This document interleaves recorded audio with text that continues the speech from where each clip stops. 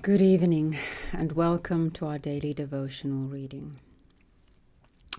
Special welcome to the members of our imaginary monastery, those subscribed and or commenting, those who are just dropping in. Let me enlighten you on what we're doing here. We are reading through Plato in 1 year. I have promised that I will provide an overview of the distribution of the text. I have not done it yet. I do apologize. I'm still working on that. I have not forgotten. I intended to be done by... Let me give the backstory. I tend to be impatient with myself and then not say everything that's in my mind, and I think then maybe sometimes the meaning gets lost completely. So, autumn equinox last year, I decided to read through all of Plato in 6 months, and I divided it in a year's worth of reading, and hence read 2 days a day. I am still busy with that, as it is not yet spring equinox. I will probably be finished by the eclipse on the 3rd of March. Since somewhere last year I was in a rush to finish and started reading 4 days a day, but that was too much. So I do also do my personal devotion with Plato in the morning, and that is then what I do. Once I am done, I will tackle the technological difficulty of seeing if I can get it online.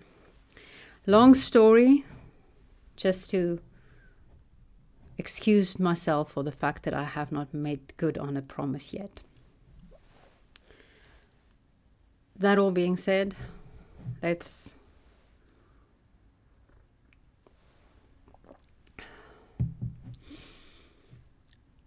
quiet down our hearts and our minds, and if such a thing be possible, our souls.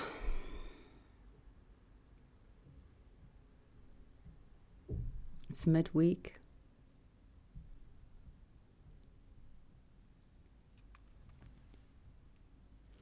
We've made it thus far.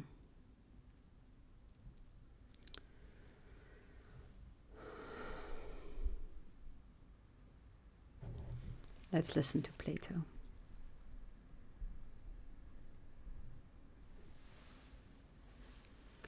We're with Cratylus. We're starting Cratylus today. Cratylus. The vibe is going to be very different going forward. We are done with the dialogues that are known as the last days of Socrates. We're moving further back in time, days, years, when Socrates was still roaming the streets of Athens and speaking to whomever will listen to him. In his own words. Hermogenes. Suppose we make Socrates a party to the argument. Cratylus. If you please.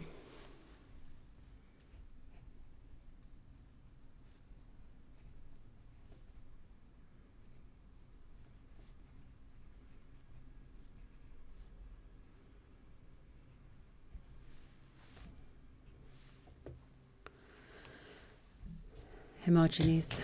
I should explain to you, Socrates, that our friend Cratylus has been arguing about names. He says that they are natural and not conventional, not a portion of the human voice which men agree to use, but that there is a truth or correctness in them, which is the same for Greeks or as for barbarians. Whereupon I ask him whether his own name of Cratylus is a true name or not. And he answers, yes. And Socrates, yes. Then every man's name, as I tell him, is that which he is called. To which he replies, if all the world were to call you Hermogenes, that would not be your name. And when I am anxious to have a further explanation, he is ironical and mysterious, and seems to imply that he has a notion of his own about the matter. If he would only tell, and could entirely convince me, if he chooses to be intelligible. Tell me, Socrates, what this oracle means, or rather tell me, if you will be so good, what is your own view of the truth or correctness of names, which I would far sooner hear. Son of Hipponicus, there is an ancient saying that hard is the knowledge of the good, and the knowledge of names is a great part of knowledge. If I had not been poor, I might have heard the 50 drachma course of what the great Prodicus, which is a complete education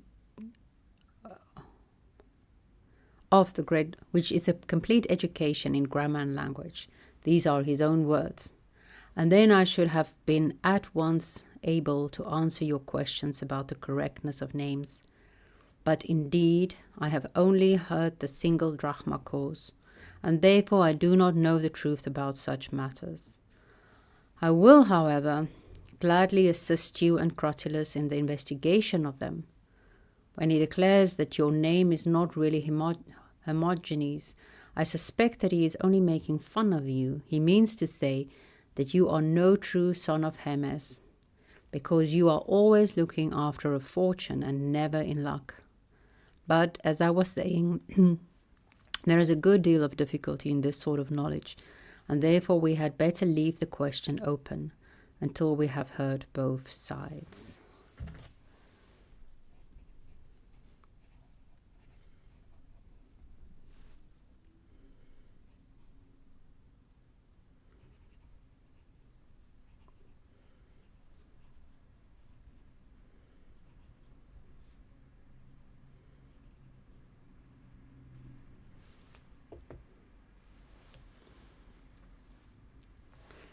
Hermogenes. I have often talked over this matter, both with Cratylus and others, and cannot convince myself that there is any principle of correctness in names other than convention and agreement. Any name which you give, in my opinion, is the right one, and if you change that and give another, the new name is as correct as the old.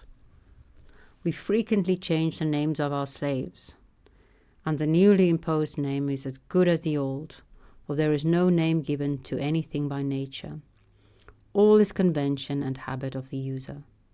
Such is my view. But if I am mistaken, I shall be happy to hear and learn of Cratylus or of anyone else.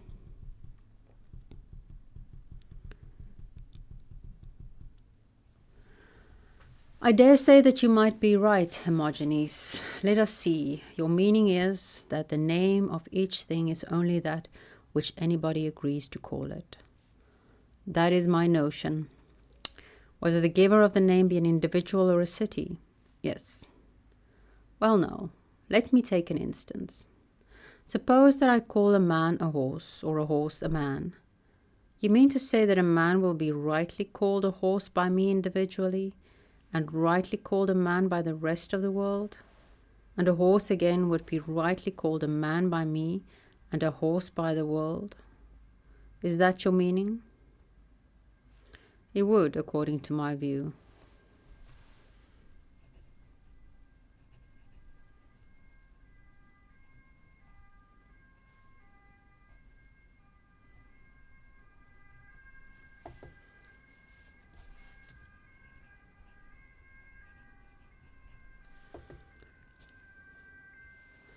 But how about truth then?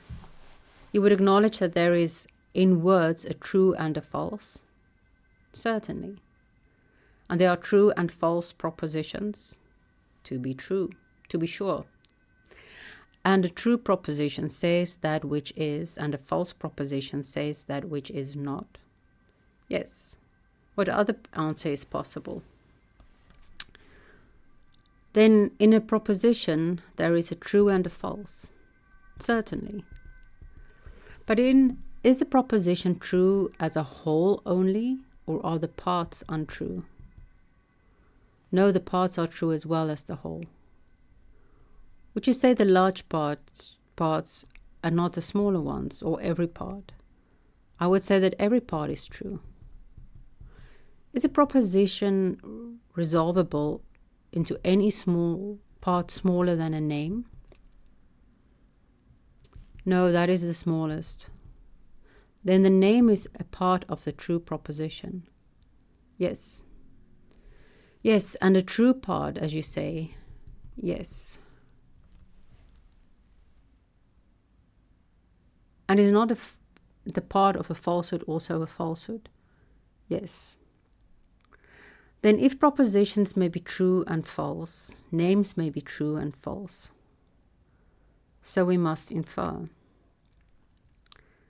And the name of anything is that which anyone affirms to be the name. Yes. And will there be so many names of each thing as everybody says that there are? And will there be true names at the same time of uttering them? Yes, Socrates, I can conceive no correctness of names other than this. You give one name and I another, and in different cities and countries there are different names for the same things. Greeks differ from the barbarians in their use of names, and the several Greek tribes from one another. But would you say, Hermogenes, that the things differ as the names differ? And are they relative to individuals, as Protagoras tells us?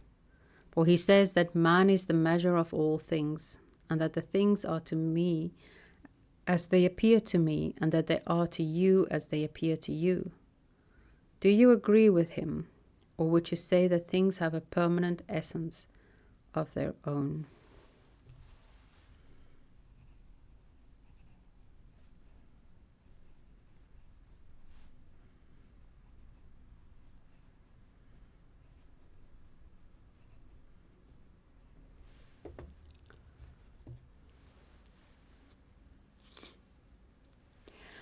There have been times, Socrates, when I have been driven in my perplexity to take refuge with Protagoras. Not that I agree with him at all. What? Have you ever been driven to admit that there was no such thing as a bad man? No, indeed, but I have often had reason to think that they are very bad men, and a good many of them. Well, and have you ever found any very good ones? Not many, his words. Still, have you found them? Yes. And would you hold that the very good were the very wise, and the very evil very foolish?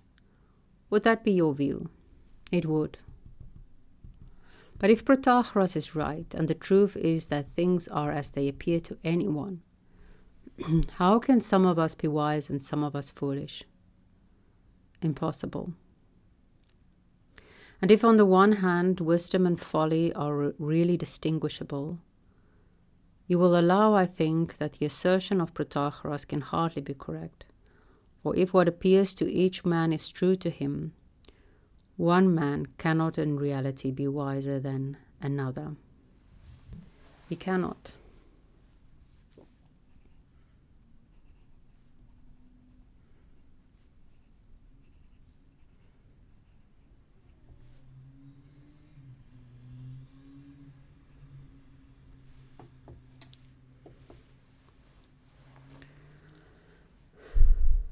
He cannot.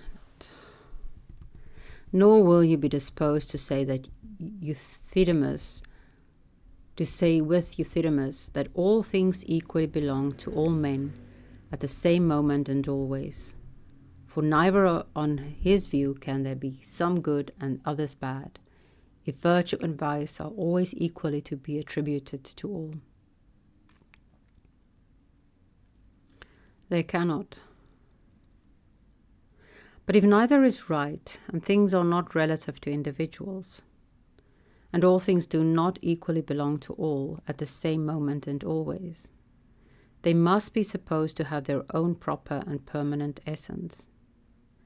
They are not in relation to us, or influenced by us, fluctuating according to our fancy, but they are independent and maintain to their own essence the relation prescribed by nature.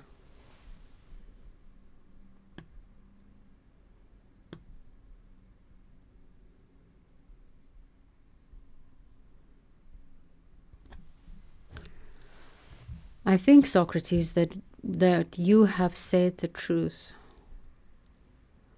Does what I am saying apply only to the things themselves, or equally to the actions which proceeds from them? Are not actions also a class of being? Yes, the actions are real as well as the things. Then the actions also are done according to their proper nature and not according to our opinion of them. In cutting, for example, do we not cut as we please? We do not cut as we please, and with any chance instrument, but we cut with a proper instrument only and according to the natural process of cutting. And the natural process is right and will succeed, but any other will fail and be of no use at all.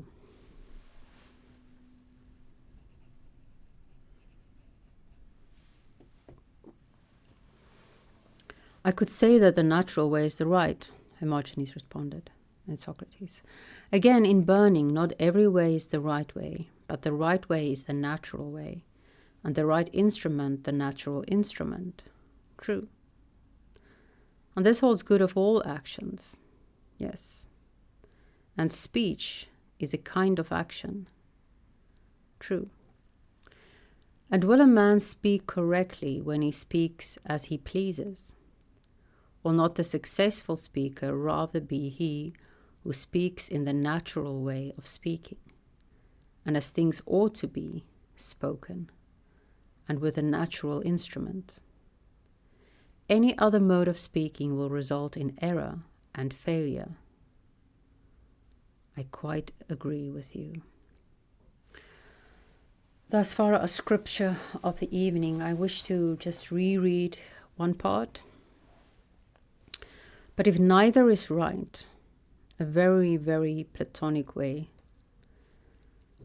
not this nor that, but this, or and this and that, this, the one and the many, for instance. And things are not relative to individuals.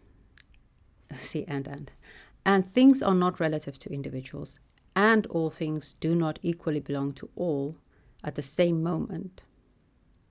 See the two contradictions? That one would think like one of these needs to be true. Either things are relative to individuals, or all things equally belong to all. They must be supposed to have their own proper and permanent essence. And again, he finds the answer to the riddle of if neither can be true, a third must be true, and the third is beyond.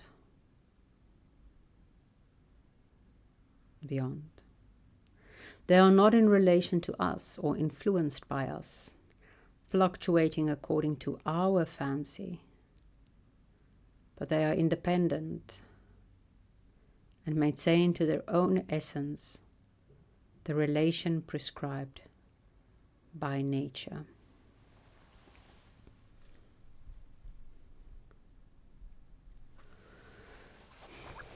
I am born from a line of roses, but I am no rose. Well, at least by name I am no rose. But I do...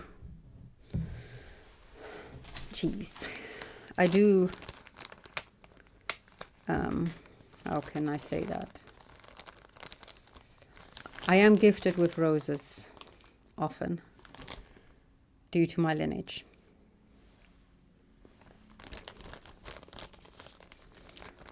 But the question, then, would a rose by any other name smell as sweet? Is quite an existential question to me, personally. What's in a name? Firstly, can you imagine how cool it must have been to be in the middle of the conversation and there comes Socrates strolling by, and you can say to your buddy, hey, why not, what do you say about us making Socrates party to the argument? Man, that would have been cool.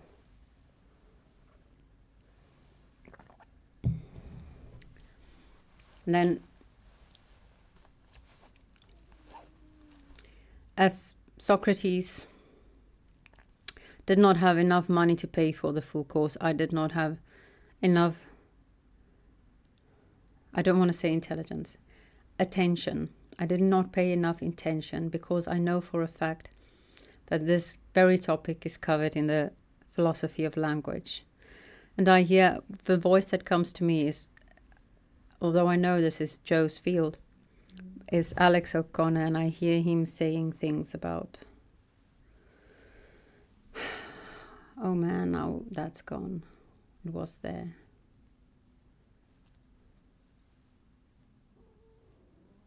Ah, man.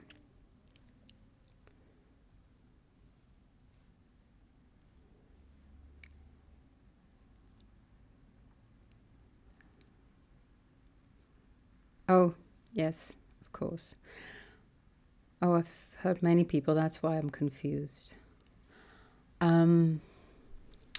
Quoting different versions of the same word in different languages, and then playing on that, how absolutely arbitrary our naming is, or something like that. I'm not even sure if they say it's arbitrary. So what is in a name? I know there are many more esoteric fields which actually do believe there's value in a name. I think Marilyn Monroe, Norma Jean, believed such a thing, and that's why she changed her name. Also, because hers was said to be bad luck, and Marilyn Monroe was said to bring fortune and fame.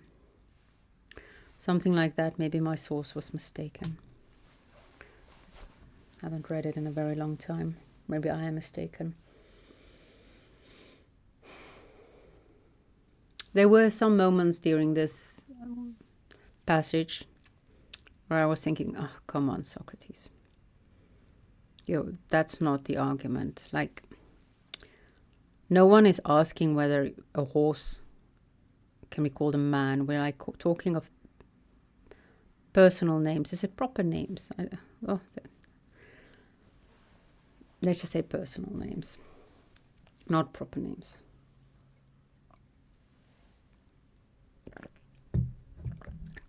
Cratylus and Hermogenes and Socrates, is there any value in that? And nouns, as in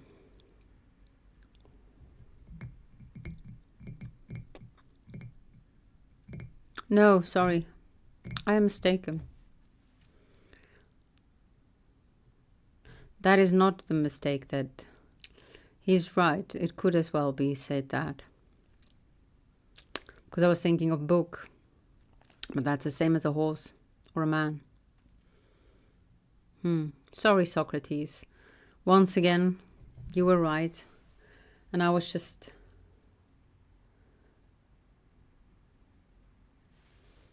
annoyed without any reason. So I suppose his argumentation was sound there. Sorry, Socrates.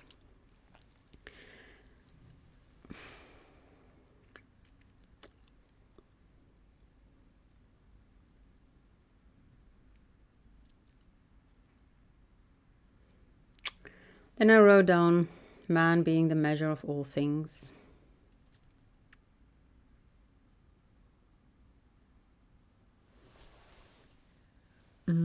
See, the thing is, that's the thing.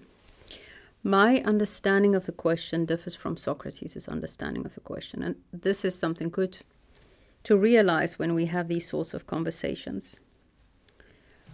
It's a very basic principle. Do we understand what we are actually arguing about? In my mind, it's not a question of can an individual just decide to call things differently. So man being the measure of everything, in my mind, is not every individual man is the measure of all things, which might indicate the fact that I am leaning away from individualism. I'm not sure. But it's more, is mankind the measure of all things? Because we are quite extraordinary. I am happy to be a human. We have a consciousness that, at least as far as we can tell, is quite unmatched by any other living creature, and very much also by non-living creatures. We know that we know, and we know that we don't know. And we've created extraordinary things.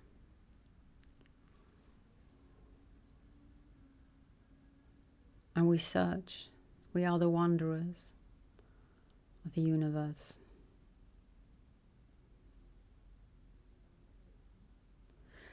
Aren't we in that way the measure of all things? I think I feel what Socrates is trying to get at, that there, or Plato through Socrates, I would rather say. As soon as we start talking forms, I'm going Platonic. That there is such a thing as essence, as something is. And we don't make it so or make it different. We simply have to recognize its isness, to sound very Vervaekian.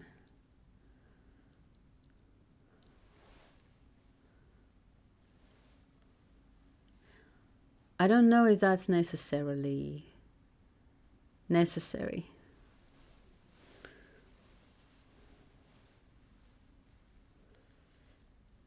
I mean, we can't name things that is not. But, oh my word, I keep contradicting myself tonight. Which is good, someone has to contradict me. There's no Socrates walking by. I can't just invite him into the conversation.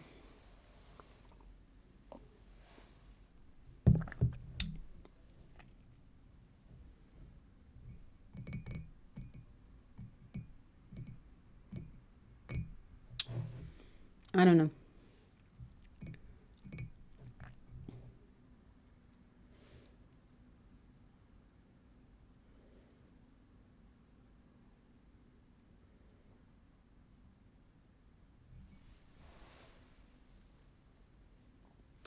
What's in a name?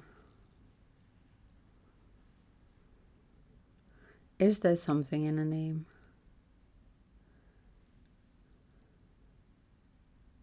And if we speak incorrectly, do we commit some sort of sacrilege?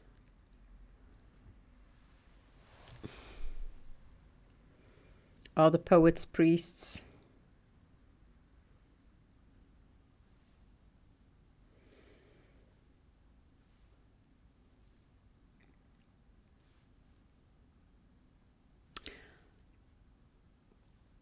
This is where someone with the knowledge of all those footnotes to Plato would have been really handy as well. If not a Socrates, then some learned being. Because I also thought that I saw a bit of Aristotle there at the end,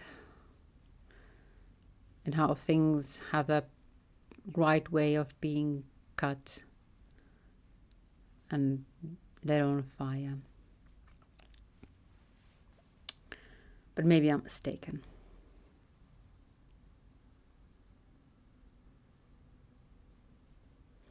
What an adventure to be learning. I have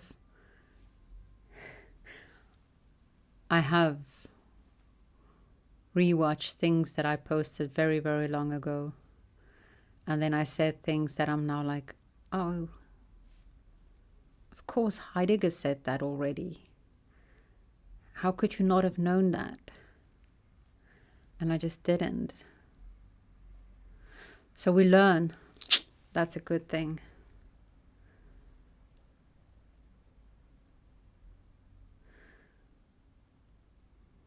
What is a fool? What is the essence of the fool?